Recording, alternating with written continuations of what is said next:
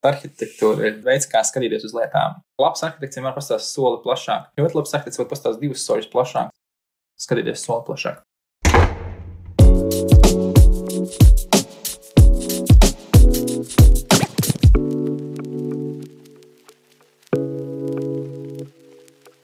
Esiet sveicināti podkāstā Rokturis. Šodien ar jums studijā esam mēs, vadītāji Arturs, Elizabete. Un mums ir viens satriecošs viesis. Es gribētu teikt, jaudīgākais arhitekts, kādu es esmu saticis. Ceļotājs, doktorantūras students, daudz startup uzņēmumu aizsācējs Matīs Babrs. Man pirmais jautājums būtu, Matī, kā tu pats sevi raksturot un ko tu dari ikdienā? Katru rītu es pamostos, tad es mēģinu nešķirt kalendāru pārāk tālu uz priekšu, lai nesaiktos depresiju. Pietiek ar vienu dienu, man liekas, dzīve ir jādzīvo vienu soli uz priekšu, bet ar vīziju un skatu tālāk. Bet tā kopumā pašlaik man lielu daļu dienas sastāv doktora darba pabeigšana, kas ir forša lieta, ko darīt, bet diezgan laiku paņemoša aktivitāte. Un otra puse ir Dabas turisma asociācija, ko es dibināju, un tagad esmu valdē ievēlēts, kas arī ļoti jauki un patīkami, bet arī nāk ar lielu atbildību. Tā kā kopumā mums ir vairāki projekti, kuros mēs skatāmies, kā arhitektūra un daba var kopā radīt foršus galamērķus. Kas laikam ir tas, ko es esmu paņēmis kā tādu nišu, ko pētīt, kas ir dabas turisma arhitektūra, proti to, kā mēs varam radīt vidi, kurā cilvēki varētu pūsties.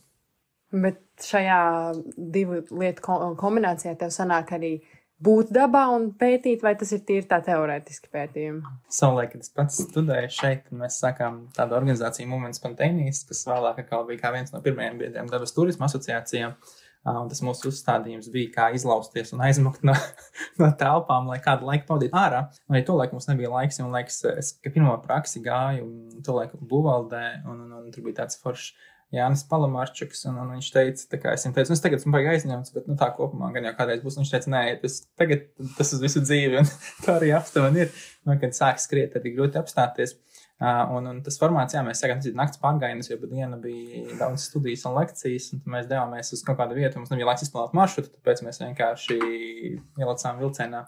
Un tajā pirmajā pasākumā, kas bija tāds publiskāks, man piedalās kaut kādi 80-90 cilvēki, un tad mums vajadzēja ļoti uz vietas izdomāt, kur iet ar tādu baru mežā, bet bija tīri interesanti. Un tad pašlaik arī es tikko atbraucu no Krētas, tikko būtu pirms 3 nedēļām. Mēs gājām apkārt Krētai, sanāk 1000 km maršrutu, un bija diezgan karsti, jo bija karstākajās dienās 40 grādi. Es jūtos, mēs esam diezgan labi dabūjuši sauli un siltumu, lai atpūstos. Tagad atpūstos no karstuma augstumā lietainajā Rīgā, strādājot pie projektiem un darbiem.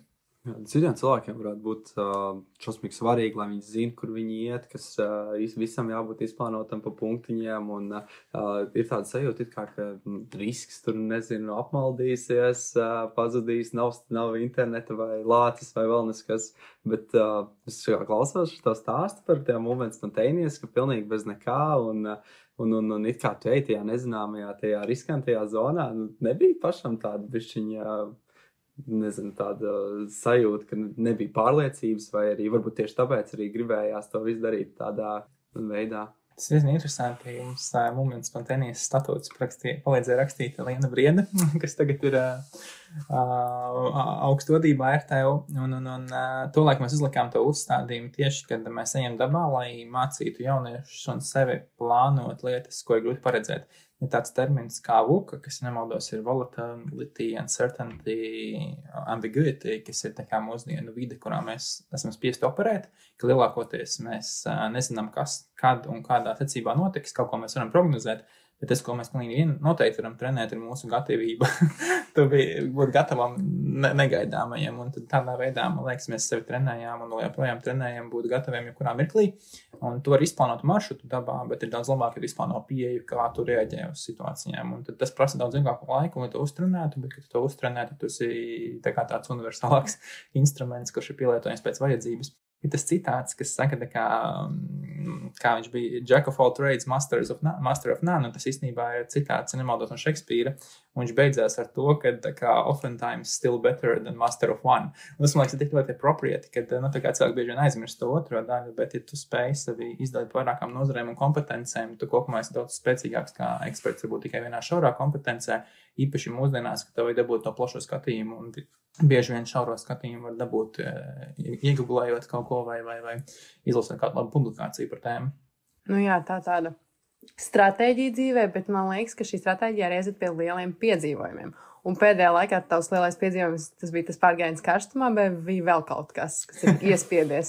Jo ikdiena izklausās tik aizņemta. Jā, mēs pirms tā piedzīvojām, mēs bijām 2 nedēļas Latvijā, un tad pirms tam mēs pagājām pāri Islandē, kas īstenībā tagad retroaktīvi skatoties, liekas, kā mēs to paspējām izdarīt vienā vasarā. Bet tas tiešām bija tāda diezgan laba vasara. Mums sanāca pāriet no augšas, kas ir pie Askjas, pāri visam Islandes tūkstnesim līdz piekrastei, un tagad piekrasta līdz Reykjavikai.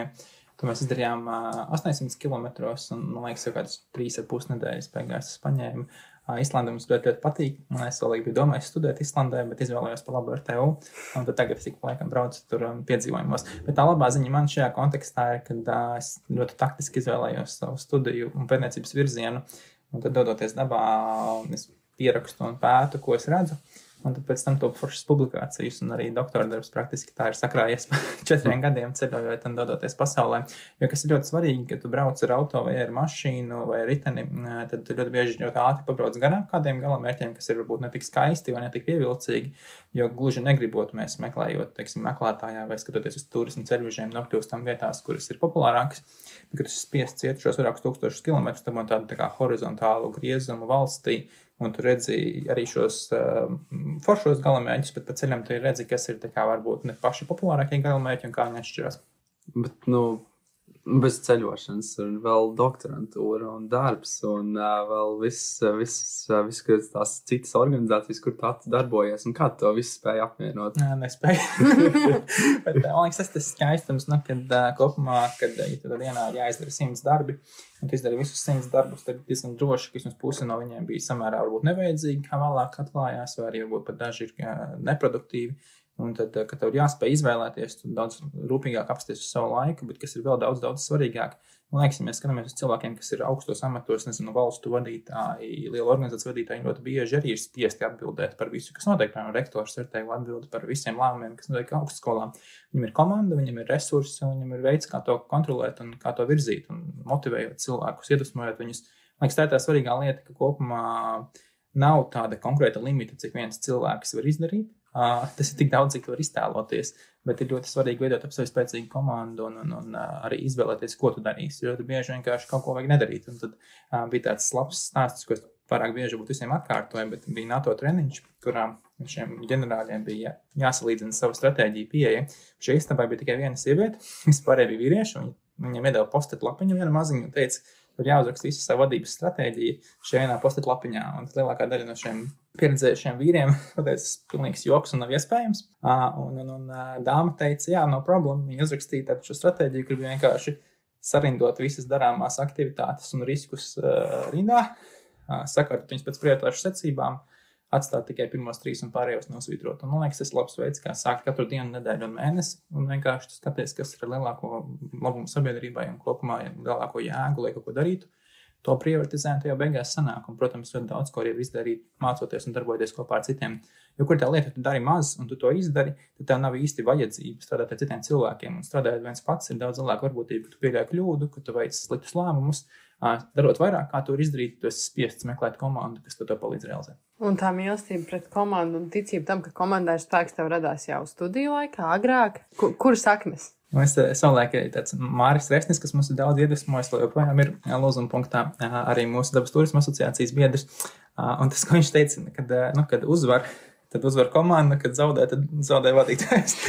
un tā ir, kad dienas beigās vadītājs vienmēr ir tā kā tajā komandā, kas jau ir nākamā vadītāja komanda. Un tas nozīmē to, ka ļoti bieži domā, tomēr beigās arī pats daudz ko darīt un nest cauri, bet tāpat laikā, man liekas, tas darbs komandā, tas ir kaut kas tāds, kas, ka tas nāk arī ar kaut kādiem mīnusiem, riskiem, ja ieaicina telpā 10 cilvēkus dažādiem viedokļiem, tu kaut kādā mirklī arī būsi mazāk produktīvs, jo jums būs jāvēlta laiks vienoties par to, ko es domāju, un tu sākat rakstīt kādu dokumentu. Man patīk, ka savulaik runāja, man bija laba iespēja, kas bija pavisam vēl pirmajos kursos, es daudz braukāju par Eiropas parlamenta sesijām, kopā ar arotbiedrību organizāciju.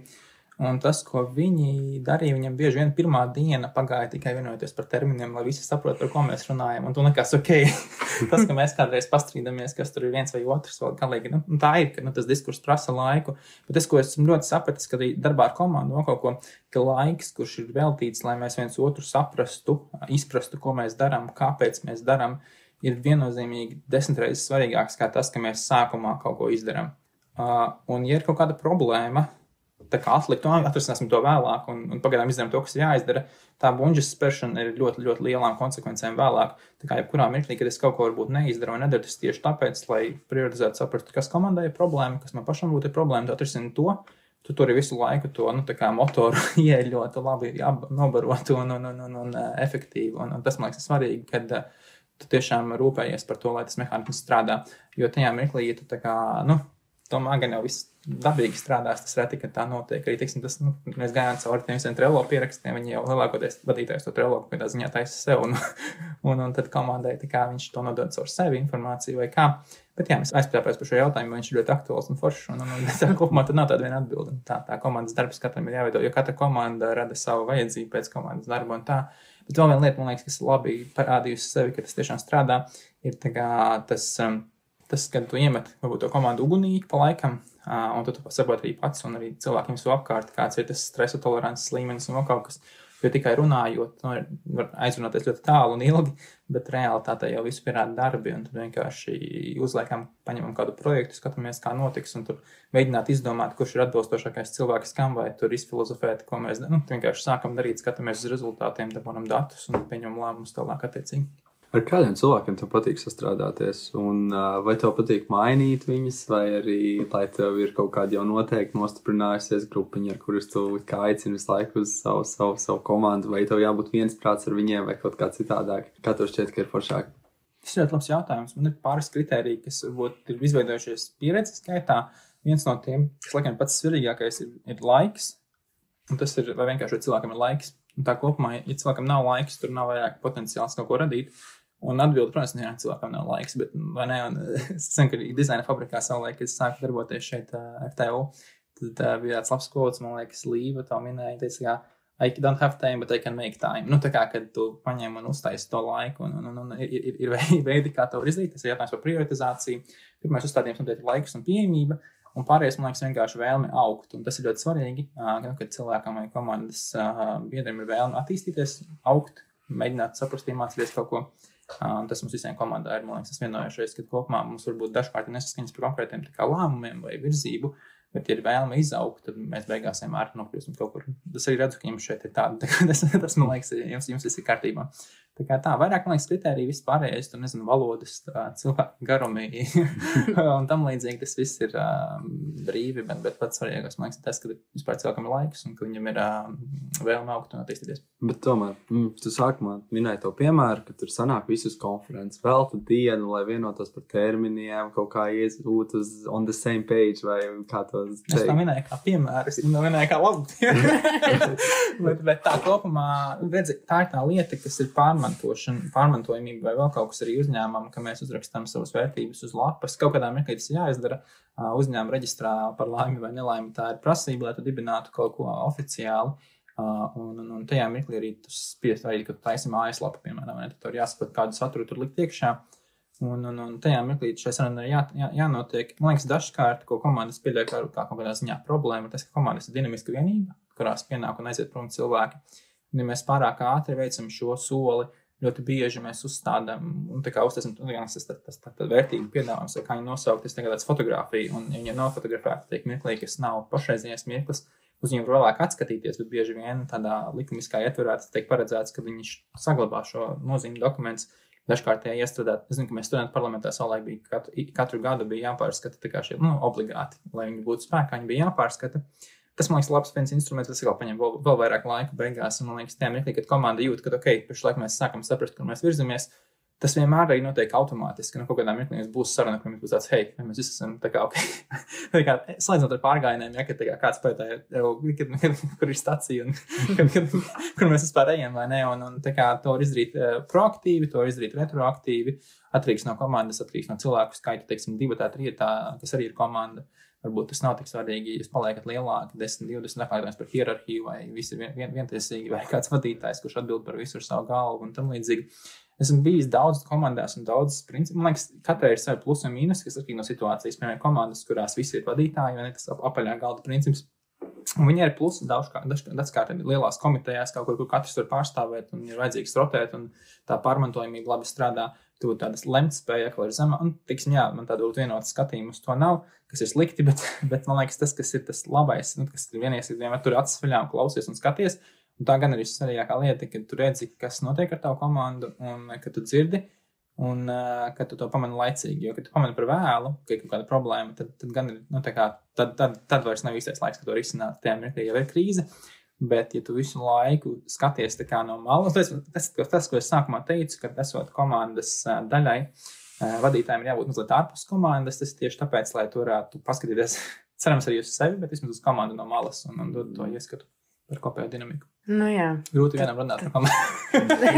Vajag komandu. Bet es tev pilnīgi piekrītu par to pēdējo, par to, ka ir jāpaskatās no malas. Un tu parasti, piemēram, pēc kaut kāda intensīva darba komandā, ir kaut kāda pēc pasākuma kopīga sanākšana, kad jūs secināt, kas bija, kas nebija, kā izdevās strādāt, kā turpmāk, un tad tu paturi to sev nākošajām reizēm. Tāds viens svarīgs punkts. Tās komandas, kas man dzīvē ir saglabājušās, viņas visas radušās organiski. Tādā ziņā, teiksim, piemēram, mums ir foršs modelētājs Nikolas. Mēs vienkārši satikām, liela daļa cilvēku mēs satikām pārgājienā. Viena tendence, ja tas varbūt vienīgais sociāla aktivitāte, ko mēs veicam ikdienā. Lielākoties mēs darbojamies savos birojos un kādreiz kādu pasākumu uztaisam. Bet tā kaut kā ir bijis, ka, teiksim, ja mēs uztaisam tur uzsaukumu, kurš vēlas nākt pie jums komandā, varbūt kāds atnāk un tā, vai tur pieņem darbā kādu, bet tā reāli tās komandas, kas ir palikušas ilgāk par 5, 6, 10 gadiem, viņas parasti veidojas tiešām, man liekas, organiski. Kad vienkārši šeit vai satiec kādu kādā pasākumā, man liekas, īpaši problēmās, es un Kristīna Ierteševa, kas ir tāda forša pētniece, arī cīnās ar savu doktora darbu. Vienkārši bija kaut kāds projekts, vienkārši uzgrūda pateikt paldies jau kādam fondam, un tur bija jāuzorganizē kāds pasākums, un tad arī viņa bija piekritus brīvprātīgi palīdzēt. Un tie, man liekas, tas ir tas foršais, kāpēc būt pašpārvaldēs un tādās organizācijās, kad satiec cilvēkus, kurus uztrauc tā kā kādā ziņā, lietas, kas ir tevi, un tur, nezinu, tā kā, tur satiec cilvēkus bibliotēkā, vēl kaut kur viņiem visiem tomēr kaut kāds līdzīgs vērtību kopums un tā. Un tad darot satikti vai organiski veidošās komandas, man liekas, ir spēcīgākās. Tajā mirklī, ka tev ieliek, un es arī bieži vien vadot uzņēmumiem šos komandu treniņus, to saku, ka ir ļoti liela iespēja, ka jūs vairs nevarat kļūt par labu komandu. Tā kopumā, kad jūs tomēr katrs nākat pie galda ar savu vēsturi, ne visi no jums šeit ir labprātīgi, brīvprātīgi, vai ne? Dažiem, un jūs varat nokļūt līdz kaut kādam kvalitātei, kas ir daudz augstāks kā pašlaik. Bet jūs nekļūsiet par sapņu komandu vai A komandu, jo tas prasa to, ka komanda veidojas no nulles un ka tā iesaiste ir brīvprātīga un ka cilvēks pats izrāda iniciatīvu iesaistīties. Un, protams, arī ļoti daudz ko var panākt ar labu menedžmentu un mainīt cilvēku viedokli un tā, bet, man liekas, kopumā tomēr pamatsaknē ir iespēja izmantot to, ka komandas veidojas organiski. Tas ir foršais pašpārvaldēs, ka visi atnāk brīvprātīgi un darbojās, un tas, man liekas, tās komandas ir spēcīgas un saglabājas ilgu laiku pēc tam. Tagad varbūt parunāsim par to tēmu, kas mums vispār ir šis arhitekta stereotips un kā mēs izvērtējām, kas tad ir tas, ko mēs šobrīd uzskatām par tādām tipiskām lietām. Un kas man ienāca prātā, vienkārši to visu klausoties, ir, ka arī, ko mums bieži vien pasniedzēja min, ka arhitekts tā ir mūža profesija. Tā ir lieta, ko tu dari visu dzīvi, un tad tu esi pie kādiem 40, 50 gadiem ilgi uzkrājis pieredzi strādājot, tad tikai tu varbūt vari sākt kaut ko darīt. Tas ir darbs, kas prasa visu ieguldīšanos un tā tālāk. Un tas mans jautājums ir, kur tu esi tajā visā spektrā? Vai tu domā arī, ka tas ir kaut kas tiešām tāds, ka arhitektūra tas ir tāds dzīvesveids, kas pilnībā prasa 100% ziedošanos profesijai, vai tas ir drīzāk kaut kas tāds, kas prasa arī kaut kādu savu veidu apvienošanu ar hobijiem, ar citām interesēm un kāpēc? Man liekas, arhitektūra pamatā ir darbs ar cilvēkiem, un ja tu nepazīsti cilvēkus, tad ir grūti radīt telpu un vidi, kas viņiem ir baudāma un lietojama. Tas, man liekas, arhitektam noteikti ir jādzīvo. Tāpat laikā, man liekas, labs arhitekts kopumā, es tiešām arī skatoties uz sevi un cilvēkiem savu blakus, es tiešām ticu tam 40, 50 gadu slieksnim. Tas kā ar prezidentu domājot, kad vienkārši to neesi spējis nodzīvot tik daudz, lai tu spētu satikt visā gada gājumā cilvēkus. Un tiešām tas, ko angliski saka, relatot par viņu vajadzībām un vēl kaut ko, tas vienkārši prasa laiku. Par darīšanu gan nē, jo, man liekas, cilvēki mācās darot, un jo vairāk tu fiziski pieskaries lietām un pieļauj kļūdas un tam līdzīgi, man liekas, jauniem marketingiem, tad ir jāprojektē, tad ir jāiet ārā, jārunā ar cilvēkiem un jādara lietas un jāskatās, kāds ir rezultāts, jo tikai tādā veidā var iemācīties kaut ko. Un pēc studiju beigšanas tu jūti, ka tu tā kā vairāk vari iet ārā un darīt un pilnveidot to savu arhitektonisko būtību. Es absolvēju maģistrus, es gāju arī pārgājienā, protams, bija atnācis Sandis un vēl daži, kas bija tā kā kurs pirms manis. Un es jautāju, kā jūs jau tagad, viņš saka, viens gads paiet, un tad lēnām sāc atkal iegriezties tādā tā kā darba ritmā pēc tā šoka, kas ir absolvēšana. Manā gadījumā man uzreiz bija doktorantūra, tāpēc es tā kaut kā organiski pārgāju, es nejūtos, ka vēl būtu kaut ko baigi pabeidzis vai ļoti daudz izdarījis, bet man ļoti palika atmiņā, ka man liekas, ar 2. 1. kursā mums bija tādi forši jauni pasniedzēji Modris un Māris, es pareizi atceros, viņi gan pēc tam aizgāja pasniegt Ziemeļvalstu kaut kādā augstskolā pāri jūrai okeānam, bet viņi teica, tā kā lūdzu vasarā vienkārši atpūšaties un nedomājiet par arhitektūru. Man liekas, tas ir tik ļoti svarīgi, ka tu paņem no kaut kādas lietas. Un, protams, ka tie nevar nedomāt. Tā kā arhitektūra ir mums visapkārt un vienmēr vienkārši dzīvojot, tu kļūsi tik kompetentāks. Bet tas, ko domā arhitektūras studijās, man liekas, ir vienkārši tas, ka tu sāc pamanīt lietas, un viņas kaut kādā ziņā saglabājas jau kādā mapītē tev galvā, un kad tev vajadzēs šo informāciju, viņi iznāks laukā un palīdzēs tu radīt foršu vidi.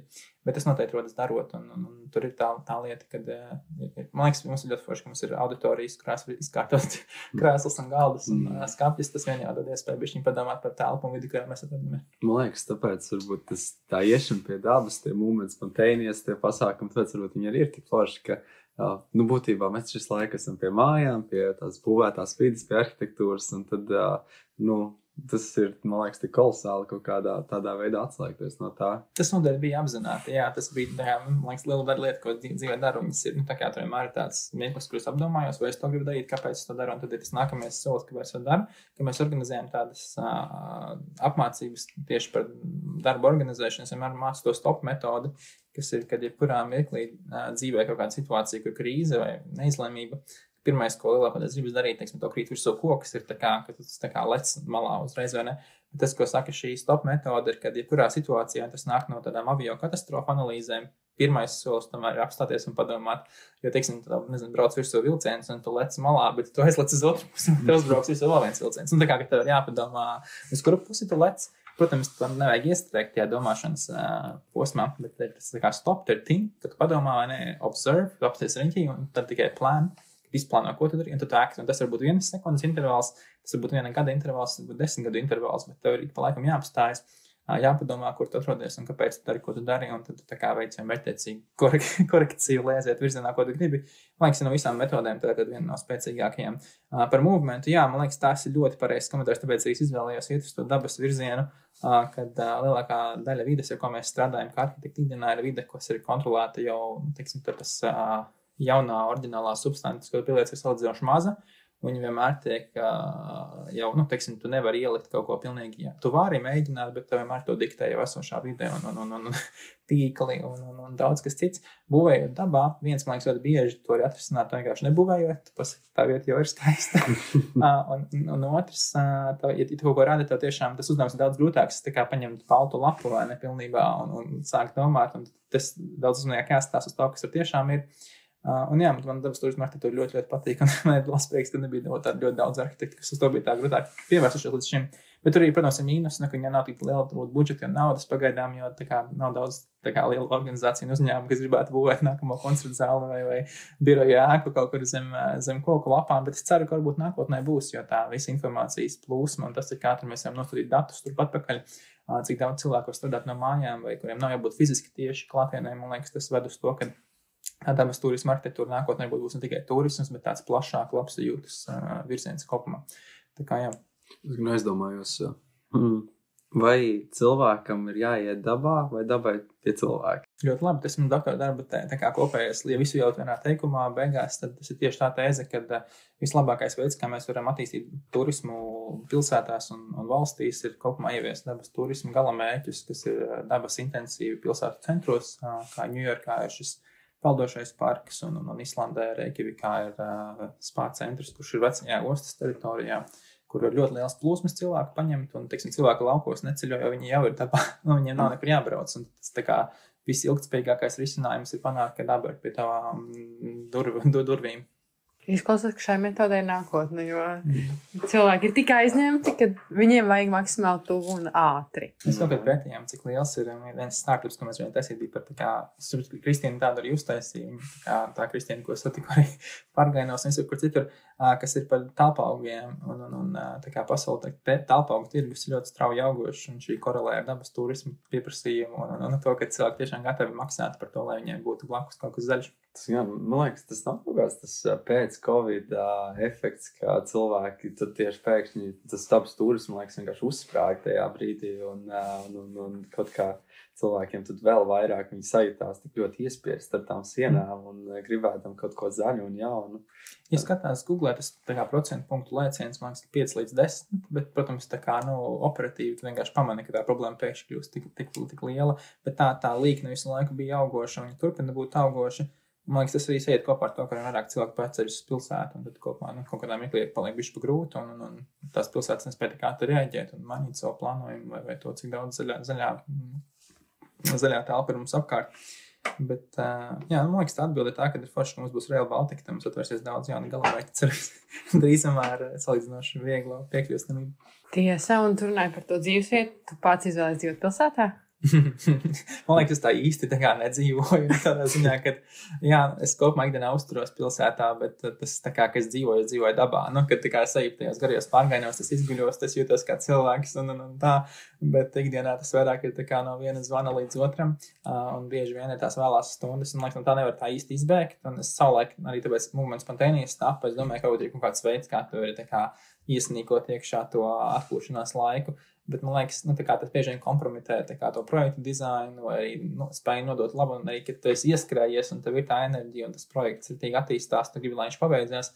Tas liekas, tad projektu pieeja dzīves plānošanai kaut kādā ziņā redzēs, eksperiments vēl nav beidzies, bet man liekas, kaut kāda jēga tajā ir, ka tā vietā, lai būtu minēta to 8-5 vai ne, režīmu, vai kas tur tagad Japānā bija kaut kāds jaunais trends, kad ir 16, vai ka viņi tā kā gan iziet 2 slodzes, tur, tas, kad teiks sagaida, ka tur realitātē strādā gan izvērt tur 6-10 vai kaut kas tāds, kad 6 dienas nedēļā pa 10 stundām, bet realitātē vienkārši tu paņem tos dažus mēnešus gadā pilnīgi off, un tas nekad nav pilnīgi off, protams, tu turpini domāt par to un tā, bet tu tomēr esi vidē, kas ir zaļa un tāda. Un tad, es uzskatu, ka es dzīvoju tos dažus mēnešus gadā, un tad pārējais ir atkal varbūt to var saukt par hobiju. Projektu vadīgu, darbas arhitektūru. Es tā vienam mācības spēkam teicu, ka arhitektūra man ir hobijs. Tā kā, tas ļoti labi.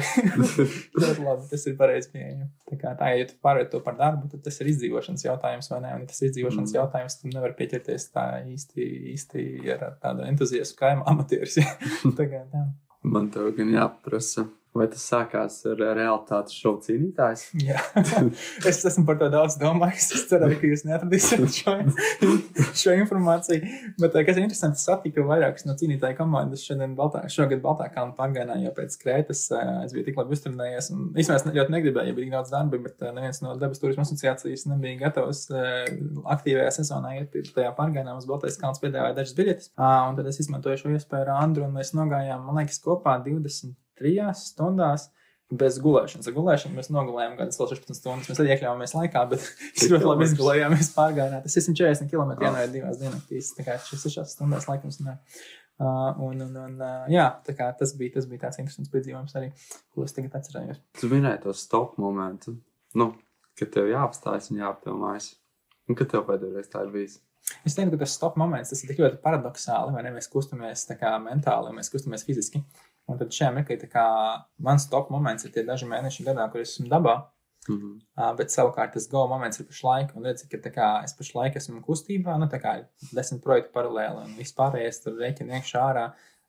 Un tā nav laika padomāt, tādā ziņā, vai ne? Un tā kā tāda lēmuma pieņemšanas daļa ir esot dabā un kustoties, kas ir mentālais stops. Vai ne? Un savukārt tā kā reālā darīšana ir atkal sežot uz vietas krēslā un klikšķinot pelēm un zīmējot lietas.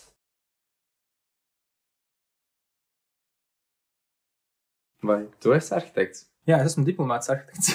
Es taču jau sākumā pateikt, tā ir liela starpība. Es nezinu, vai es gribētu būt certificēts arhitekts, un īstenībā es ikdienā daudz vairāk strādāju ar inženieriem, kā ar arhitektiem un māksliniekiem. Marburgas studijas platformā mēs esam tāda starpdisciplināra vide, kur arī daudz būvnieki ir, un daži no mūsu aktīvākajiem darboņiem ir no mākslas akadēmijas arī cilvēki, bet ļoti daudz ir inženieri tieši, būvniecības fakultātes absolventi. Un tad man reāli fascinēs. Īsumā vakardien vadīju tieši forši, paldies par iespēju CMB inženieru birojiem. Es vadīju 280 inženieriem apmācību semināru par dzelzbetona, tā kā tiem prīkos monolīto konstrukciju montāžu. Un tie jautājumi ir, tur, teiksim, kādas ir bīdes, šuves, un, teiksim, viņas kaut kādā mirklī paliek pārāk platas, tam plaisas ir actually spēcīgākas, kā viņas ir šaurākas. Ļoti tehniskas dabas jautājumi, un tā kā prezentācija ir reāli 100 slaideru formulām.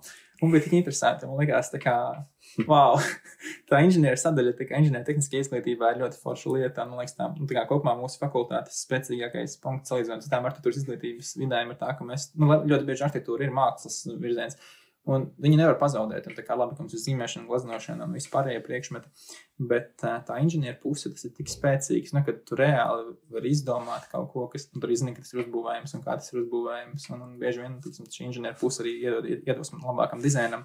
Un tad tā kopumā, man liekas, vairāk, mūsdienās tāds termins, laikam vairs nav tāds izgudrotājs, bet tas ir tas, jo tā kā es neesmu, man liekas, Pīlēns ir arhitekts uzņēmējs, un es domāju, to nevar paņemt, tas jau eksistē, bet es domāju, būt arhitekts izgudrotājs. Un tā kā man tas sauklis ir, kad arhitektiem būtu jāpāriet no projektiem uz produktiem, ka mēs redzam kaut ko tādu, kas ir ar pienotu ekonomisko vērtību, kas ir mērogojams, pārdodams, un kas arī ļauj aiziet dažus mēnešus atpūsties dabā, nevis visu laiku sēdēt pie rasājumiem. Mēs tādā pieeja tiešām nav stereotipisks arhitekts. Bet paskat, tu esi arhitekts un tu vēl lec iekšā būvinženieros. Ir kaut kas, kam tu saki arī nē?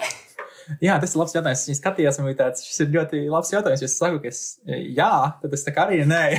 Tā kā es saku jā, nē, un es saku nē, tad tas ir dubult noliegums. Bet kopumā man tiešām mazu mirkli, kas būtu kaut kam apzināti teicis nē. Bet, kas bija interesanti, ir tāds Yes Family, varbūt zinat vai ne. Arī, es biju viens, laikam, man liekas, tas bija pirmais, kas tā kā viņiem deva to tā kā, viņi uzveicām kā viesi pirmajā tie atvēršanas nodarbībā ar Austriju un Ausmu. Tur bija tieši tā lekcija, ko es viņiem prezentēju, bija How to say no, more. Tas mentālais bridge, vai ne, bija, kad, lai nokļūtu šeit, jums bija kaut kam jāpasaka nē, vai ne, kaut kam citam. Bet tu to vari uztvert kā pateikšanu nē, vai ne, un tas būtu tas negatīvais skatījums. Tu vari pateikt, kā uztvert, kā es pateicu jā šim pasākumam. Un tad kopumā es vairāk eju to otro virzienu, kas vienkārši daudz lietām saka jā, un dažām lietām vienkārši nav iespēja atbildēt, vai ne, un kaut kas atceļās un tā, bet es tā aktīvi, es neatceros. Es vienmēr saku, es gribu iemācīties pateikt nē, bet es tiešām, man liekas, neesmu to iemācījies. Un es baigi nenožēloju, pagaidām par ātri vēl atbildēt, bet jā, es kopumā tā pārāk ļoti, ļoti reti esmu teicis uzreiz nē. Es pat nevaru atcerēties pēdējo reizi, kad tas būtu bijis. Vienkārši nav laika pateikt nē. tā kā, jā, un man liekas, ja tu pasaki jā, un tas arī ir viens variants, tā, kad jā, un vai jā, un tā kā jā, bet varbūt vēlāk, tā arī atbildi jā, bet tā kā, ja vajadzēs vēlāk, arī ļoti bieži tas notiek, un man liekas, tā, viss interesanti, ka mēs skaidām caur tiem pašpaudas kartiņām, kad gan viss ir realizējies, tā, kad tāds, wow, un es dažkārt atrodu kādus tos vecos pierakstus, vai kādu tā kā kalendārā pašķirs tik dažus gadus atpakaļ. Mums ir tāda dogo metode, kas ir tā kā do, go, call, write, ka mēs sadalām lapu 4 daļās, un katrā mēs, tā mēs atrisinām problēmas, teiksim, vai nu darot, vai nu ejot, vai nu zvanot, vai nu rakstot. Un viņas var mainīt tās pieejas, un es dažkārt atrodu kādu veco to lapu, jo mums kreatīvi uzdejas nodarbībām ir izsmēdāts vai daudz šīs lapas, un tad kādu, nezinu, 18. gadu lapu, un es pastos un tāds, wow! Tā kā viss ir izdarīts, vai ne? Tā kā pilnīgi, tā kā tas netika izdarīts tādi, tā kā ir aizgājuši citi gadi, bet kaut kad tas tika izdarīts, un tā kā ir tas tiek pierakstīts. Un tā ir viena no lietām, kas visspēcīgākais, man liekas, tāds instruments ir, kad vienkārši pierakstot lietu, tu padarīji varbūtību, ka viņa notiks, man liekas, dubultā. Tā, tas vien jau ļoti, ļoti spēcīgs. Vienkārši laikas jāpieraksta, un tas tikai tāds magic, kad pēc tam tas arī notiek. Tad par to rakstīšanu tu daudz raksti, visu laiku mūsu sarunas laikā tu raksti. Vai tu raksti arī ar parastu zīmolu uz parasta papīra, vai tev zīmēšana vēl ir aktuāla ne digitālā formātā? Jā, tas ir labs jautājums. Mēs ik pa laikam birojā tā kā, ienāk kāds inženieris, where is the paper? Tā kā, diezgan angliski, viņi datikuši no Latvijas. Latvijā grūti dabūt brīvus inženierus, bet Un tad mēs uzzīmējam kaut ko uz lapas, un tas pazūd. Vienmēr tas pazūd. Un tad tā vajag to zīmējumu dabūt. Tāpēc mēs parasti zīmējam Miro uz iPadiem, bet kaut kā uz iPadiem, arī tas mans inženieris vienmēr kliedz un bļauj, ka tu tā kā viss zoomojās un nevar atrast. Tad mēs tagad sakām tās digitālās tabletes vairāk izmantot. Viņas arī lētākas kā iPadi. Tikai e-papīrs un so far ir ritīgi forši. Nu, tā sajūta, ka viņam nav tas zooms, ka tev vienkārši ir tajā vienā lapā jāierakstās, man ļoti patīk. Jā, līdz šim es vienmēr zīmēju un skicēju tām kreatīvi izjūties lapām lielajām, ko es joprojām ik pa laikam dara, bet jā, tas papīrs, man liekas, no tāda sustainability viedokļa un tā kā mēs pārējām pagaidām uz e-papīru. Tas ir tāds ļoti jauns virziens, tikai nedēļu vēl esmu gatavs redzēs. Nākamajā podkāstā pēc dažiem gadiem varēsim vai sezonām varēsim iedot feedbacku, bet jā, izstāst, ka tas pagaidām ir tāds happy medium, ka viņš nav tik ļoti spiedošs uz acīm. Šķiet, ka tās tehnoloģijas tomēr aizvien vairāk un vairāk tur ieiet mūsu dzīvēs un arī arhitektūrā un gan projektējot, gan arī vienkārši kaut kādā ikdienas lietā kā skices vai pieraksti. Tas zīmēšanā, arhitektūras vēsturē, es visas skices, man liekas, no 2. 3. kursa taisīju tušā. Tas bija tik nice, ka tu tā kā vari vienkārši sekundes, labi, ne gluži sekundes, bet tas apjoms, ko tur tinti var noklāt, un tā arī tā, kad pat ir haotiska skice, viņi tik ļoti labi izskatās.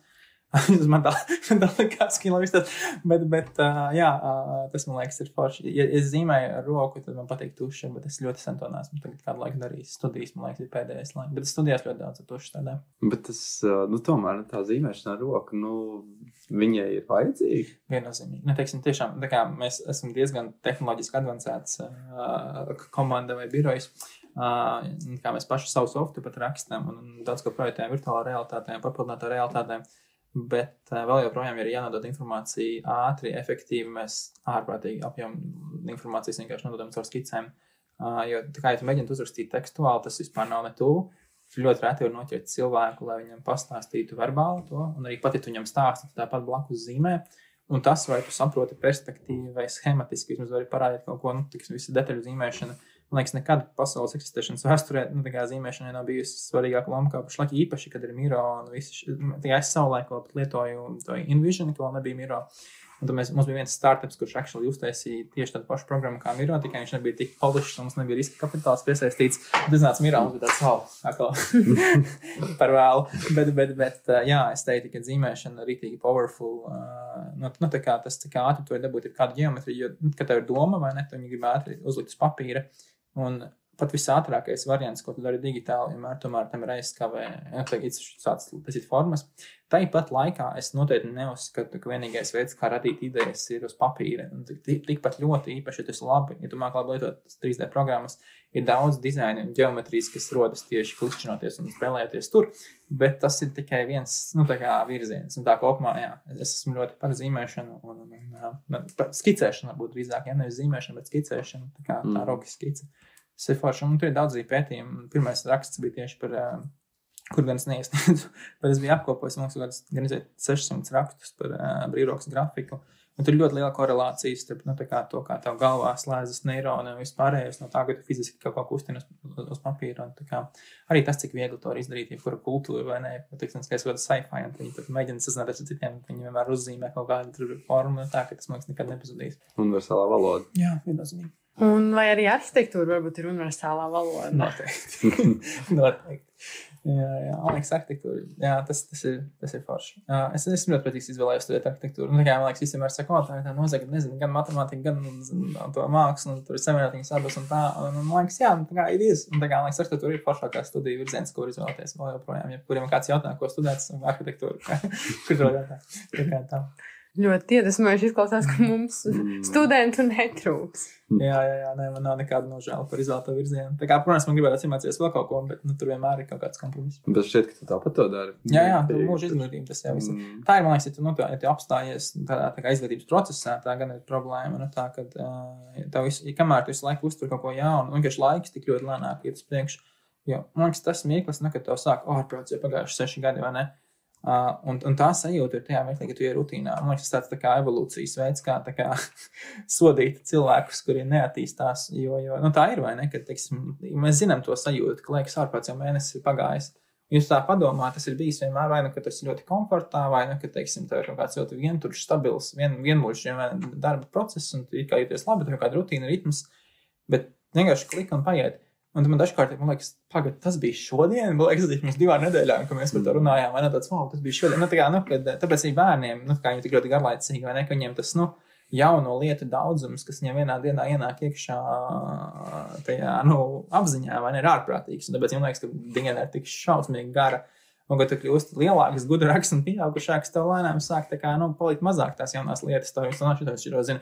Un, kad tu satiecies ar informāciju, ko tu jau zini, tajā mirklī tavs apziņa pārslēdzas no aktīvā uz pasīvo režīmu. Tu tā kā tā standby režīmā, ka tev nevajag aktīvi domāt līdzi. Un īpaši esot vidēs, kurus jūtos ārprātīgi diskomfortabli, kā piemēram inženieru seminārā, vai ne? Un tev katru mirkli, katrs vārds skatīja, ka tu kaut kādu saīsinājumu atkal pāriet garām vēl kaut ko. Un man studijās, un tā bija šausmīgi baila, tā kopumā, liekas ārprāts, visas lodas, viss, vai ne? Jo tur ir tas risks, tev var izkrist, vai ne? Tas ir tik ļoti, tas strādā, bet tas ir tik ļoti negatīvi virzošs risks, vai ne? Un tagad, kad es vairs sāku lasīt to grāmatu, meitene ar puķu tetovējumu, un tur bija tikai viņai, ka vēl otrajā grāmatā viņa pēkšņi atrada passion uz matemātiku. Un es lasīju, un es ritīgi, jūtu līdzi tam, ka viņa tā kā skolā nevarēja vispār pieķerties matemātikai. Un tad pēc tam, ka viņai vairs nebija, tā atkarība no tā, ka viņa to vienkārši uztver kā interesējošu subjektu, ko tā kā saprast un kā tas saslēdz. Tas pēkšņi paliek tik ļoti interesanti. Un jā, man liekas, lielā daļā, protams, tas ir pasniedzēju uzdevums radīt, to interesi par priekšmetu. Un tas noteikti viņam būtu jāizvēlas vai arī, veltīt lekciju tam, lai izskaidrotu kādu salīdzinošu tehnisku problēmu. Vai lai vienkārši spētu iedvesmot cilvēku. Tā kā pašam pēc, tā kā tas ir kā tajā lekcijā tu neko neiemācies, vai ne? Ja tev vienkārši pastāsta, ko tur vēl, un tā kā iedvesmo un kas, bet tāpat laikā tu dabūni to passion par virzienu, tajā mirklī tu pats uzliec sava ceļa un kaut kad nokļūst tur, kur vajag nokļūt, vai ne? Tā kā no visām atvasināšanām, derivācijām un kā tikai, tā kā tu nevari no viņām izbeigt, ja tu interesējies par to virzienu, bet kad tu saproti, kāpēc tas ir vajadzīgs, tas ir tik ļoti, ļoti daudz interesantāk. Bet studijas ir šausmīgi grūti lietas. Un es daru ļoti daudz ko, bet tas, kas ir pirmais kurs arhitektūras fakultātē, ir vienkārši pilna diena. Tas iedod tādu ritīgu sitienu, man liekas, no kā grūti ir pēc tam attiet. Jā. Tā kā respekt.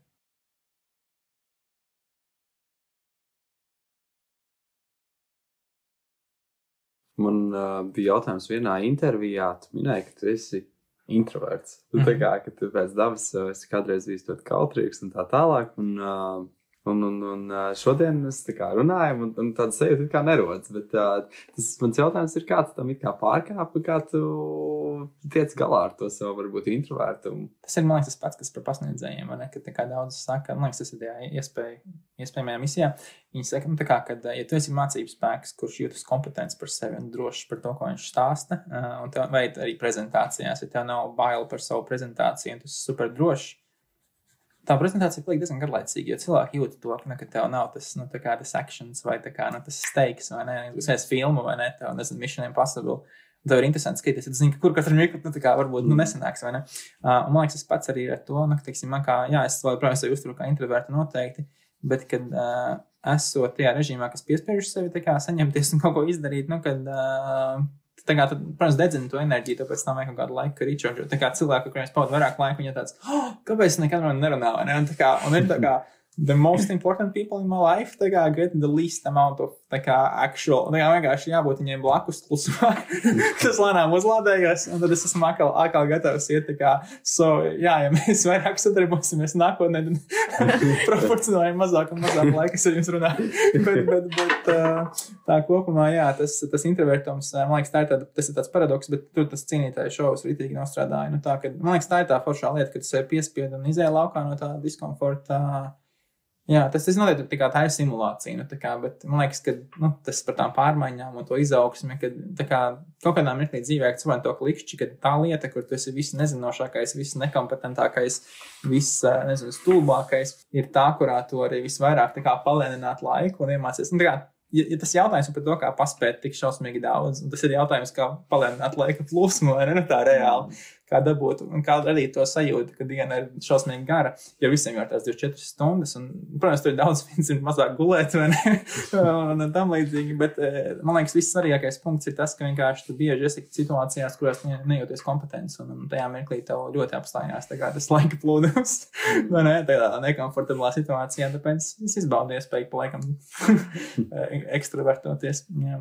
Ir tāds labs stāsts, es baigi daudz tos TED Talks neklausos, bet viens, kas man rītīgi patika, man liekas, viņš saucās Fake it until you become it. Un viņi ļoti labi apskata to, kā tu nevis tā kā varbūt feiko, lai tā kā make it, bet kad tā kā jebkurš speciālists, kurā nozarē ir sācis ar sajūtu, ka viņš neiedarās un ka viņš neko nesaprot. Un tā ir ļoti laba sajūta, jo kopumā cilvēki, kuri rada nozarēs un organizācijās un valstīs problēmas, ir cilvēki, kuri domā, ka viņi ir ļoti zinoši savā sektorā, kas parasti nekad neviens cilvēks nav pietiekami zinošs kādā sektorā. Tas vienmēr ir tik daudz vairāk nezināmā kā zināmā, bet tā vēlme uzzināt vairāk un būt aktīvam, uzņemt informāciju un pieļaut kļūdas un mācīties, tā ir tā, kas ir vērtīga. Tā kā, jā, tas, man liekas, es viņu noskatījos un bija tāds, wow, šis ir powerful. Tad tas secinājums varētu būt, ka nevajag baidīties no tā, ka nesanāk un nepārzina, bet tieši ķerties tajā izaicinājumā, jo tas tevi padarīs kompetentāku, spējīgāku un višķiņ apturēs laiku. Jā, viennozīmīgi. Man liekas, tieši tas, ka tevi spēj ieinteresēt jebkas, nezinu, tur kaut kāda kompostēšana vai, nezinu, tur daba vai tur kaut kādi augu, tur 2 somu, 1 somu. Un vienkārši bioloģija, matemātika, ķīmija, jebkura zinātne, man liekas, vienkārši tā kā you get passionate for details, un tā kā tas, Stevam Jobsam bija tā analoģija, tā kā stay hungry. Un man liekas, tas ir tas, kamēr tu esi hungry, you are growing and developing mentally and physically.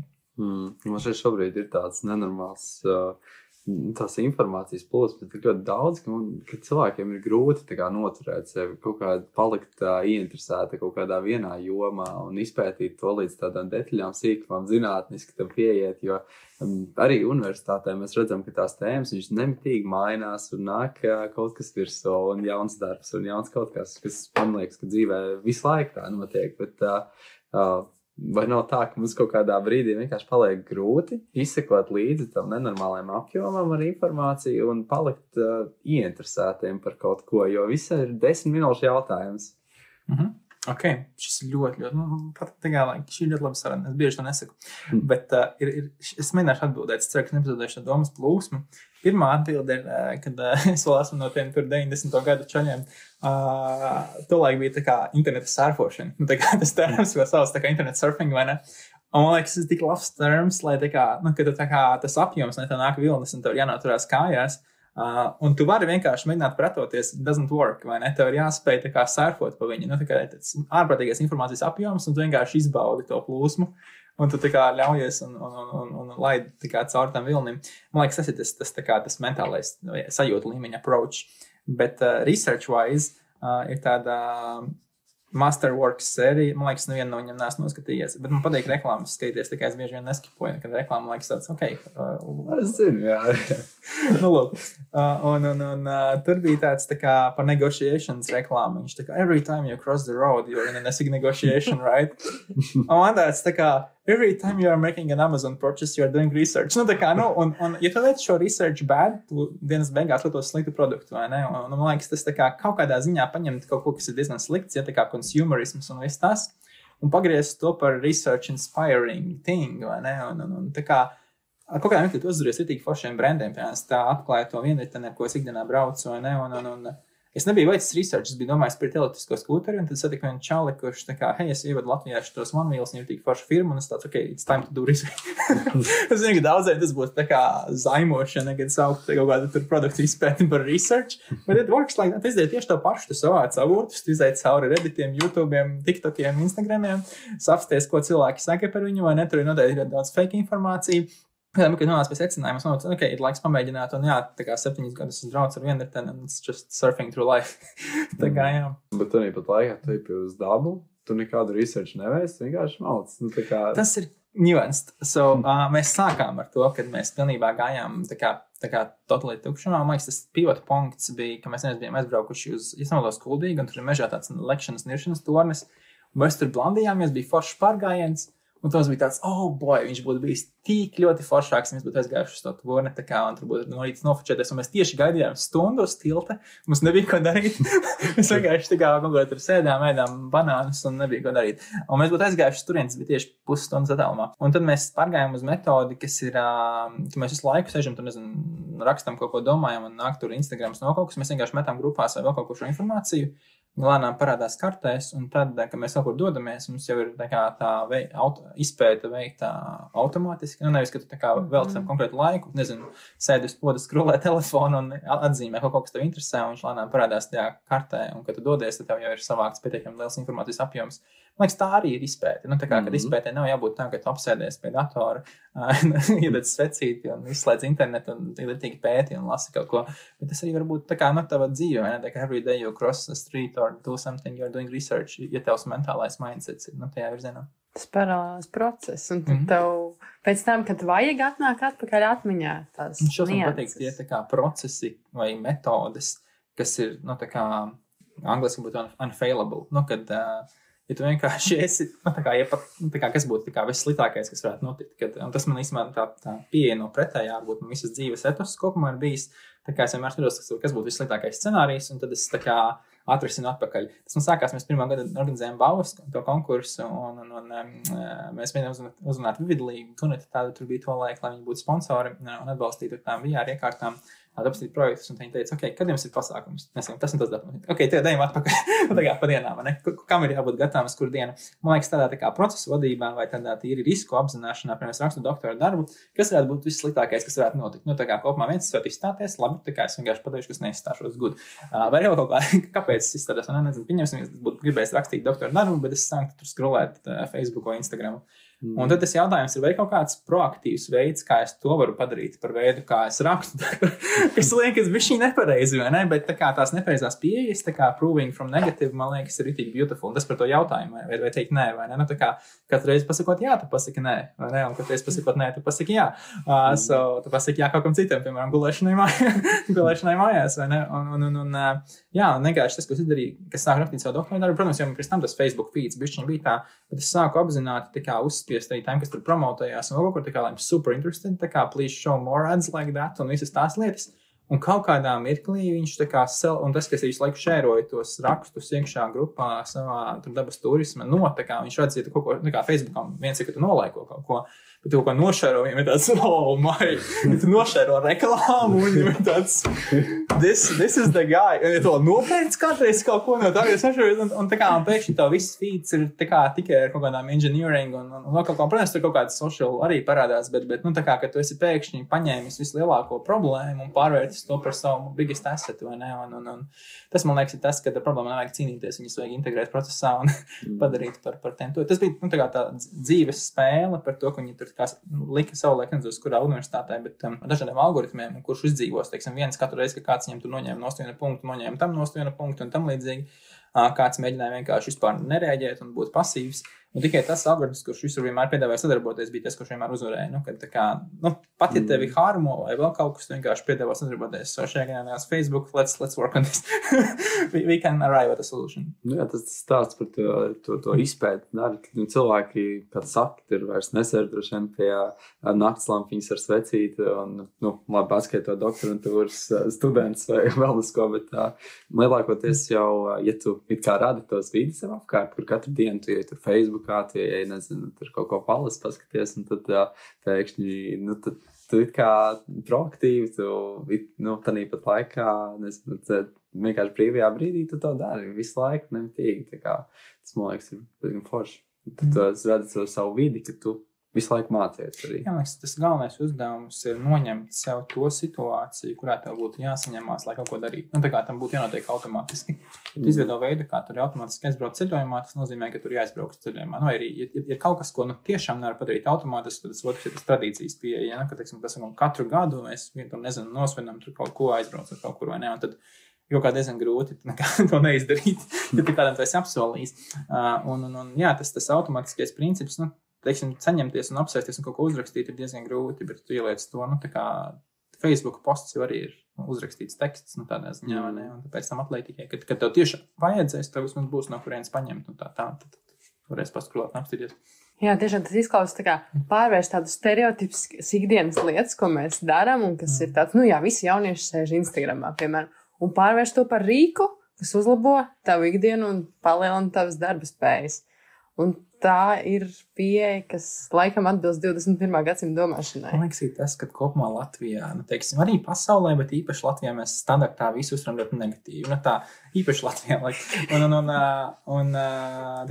Ja tiek interneta komentētājiem pārējais, un tad ir tā padomā kopumā jau gan Facebook, gan Amazon, gan visi šie lielie, viņi ir bijuši mērķtiecīgas domas un tā kā kopumā ar vēlmi kaut kādā ziņā palīdzēt sabiedrībai rezultāts. Ja? Tad daudz saka, nevajag, lai tur uzņēmums organizācija pelna, vai ne, bet kā tad viņi izdzīvos pēc tam? Mēs visi esam lietojuši daudz foršas aplikācijas vai mājaslapas, kuras ir bijušas mums vērtīgas, un vienu dienu viņas vienkārši vairs nav. Un tas ir ļoti bēdīgi smirklis, vai ne? Un tajā mirklī, nezinu, es prasu Endomondo, vai ne? Un pēkšņi, 10 gadu mūsu pārgājienu ieraksti pazūd, jo Endomondo nebija izbūvējis labu biznesa modeli, un viņš vienkārši bankrotēja. Un no tā viedokļa, jā, man liekas, vienmēr vajag padomāt, vai Hanlons Reizera metode, kad mēs vienmēr pastamies, vai kaut ko var izskaidrot ar citu veidu, nevis tikai melis, vai kaut kādu vēlmi padarīt kaut ko sliktu, tad iespējams, ka tam ir cits skaidrojums. Un arī šajā gadījumā gan jau ir jēga tam, kāpēc Facebook un Amazon eksistē, un varbūt var izmantot to, lai attīstītu produktus šeit kaut kā tā. Un dienas beigās, pat ja tas ir melis, tas stila viņu var izdarīt tieši tā, jā.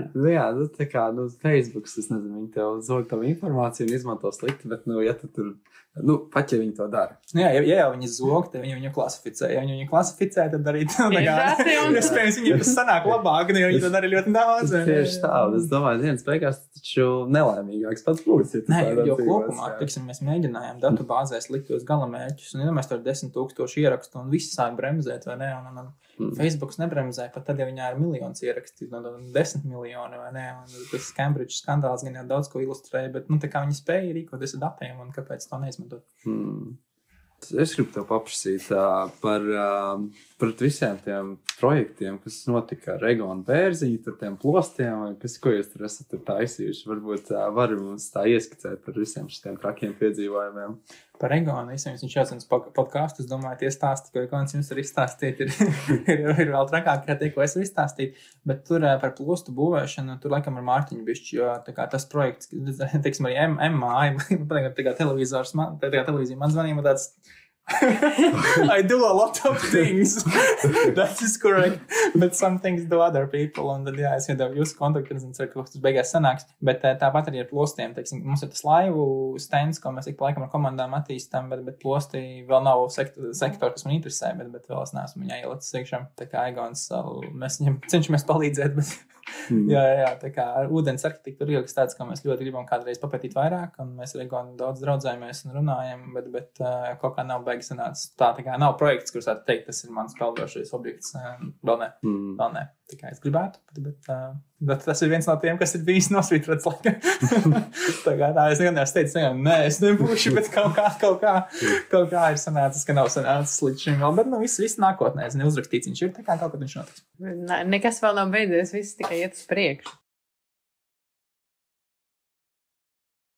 To gan nevarētu teikt par mūsu raidierakstu. Jā, es domāju, kāds veikls veids, kā šo visu nobeigt. Varbūt ar mūsu klasisko rubrikas jautājumu. Kas, tavuprāt, ir arhitektūra, Matī? Ok, tas ir labs jautājums. Manuprāt, arhitektūra ir dzīves stils. Tas ir ļoti klišejiski atbildi, bet varbūt labāk atbildi ir veids, kā skatīties uz lietām. Un tā kopumā arhitektiem vienmēr interesē tas, kā tas.